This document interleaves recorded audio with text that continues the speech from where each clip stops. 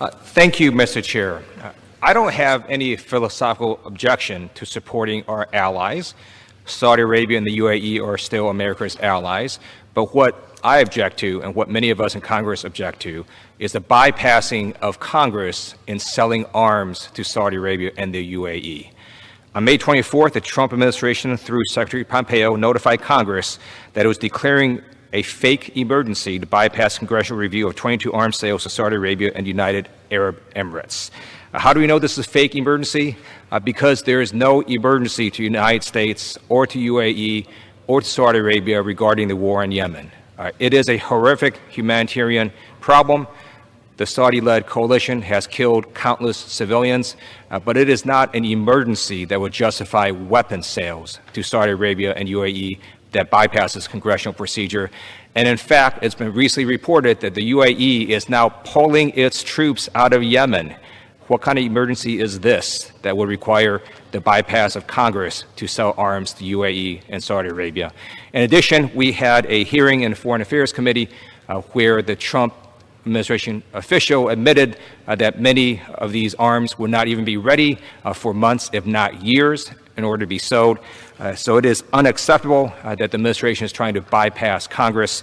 And what this amendment will do is simply say you cannot declare a fake emergency to bypass Congress to sell these arms. If you want to sell these arms to Saudi Arabia and UAE, you have to do them through the normal process. And I vote on this amendment, and I reserve the balance of my time. The gentleman reserves. For purposes, gentleman from New York seek recognition. Mr. Chair, I rise to claim the time in opposition. The gentleman is recognized.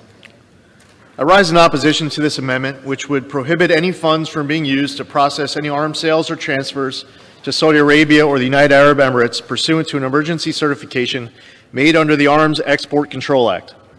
The President's emergency certification of May 24th to move 22 arms sales as an emergency was to address increased threats from Iran to U.S. security interests and Iran's continued efforts to destabilize the region, which directly impacts our strategic allies.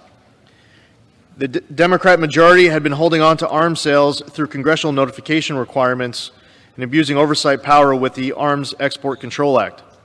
Some of these requests by the administration had been on hold for over a year, and there was no progress in determining why.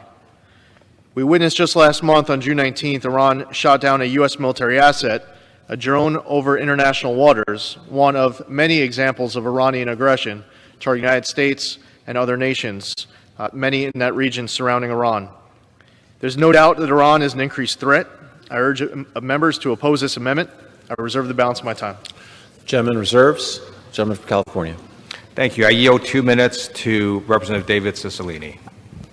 Gentleman is recognized. Mr. Speaker, I thank the gentleman for yielding and rise in strong support of the Liu Amendment and proud to be a co-sponsor of this amendment, which will prevent the sale of weapons to the Gulf without undergoing the proper congressional notification process. This administration has invented an emergency in the Middle East in order to circumvent the process of congressional review over arms sales, an egregious and legally questionable move to put more weapons in the hands of the regimes who are responsible for perpetrating horrific civilian casualties in Yemen, often with U.S. weapons. The administration briefed this body on Iran just days before the supposed emergency was declared, yet never mentioned anything at the time about an emergency. The administration claims that Iran poses such an imminent threat to our allies that emergency assistance is needed for Saudi Arabia and the United Arab Emirates to defend themselves. Yet most of these weapons are offensive weapons, and much of the sale will be delivered months or years from now. The logic doesn't make sense because there is no logic. This is an administration that has cozied up to Riyadh, sweeping aside gross human rights abuses, turning a blind eye to the Saudis taking a buzzsaw to a Washington Post reporter, and supporting an intervention in Yemen that is causing famine, destruction, and mounting loss of life. Just because you don't like the process doesn't mean you get to ignore it.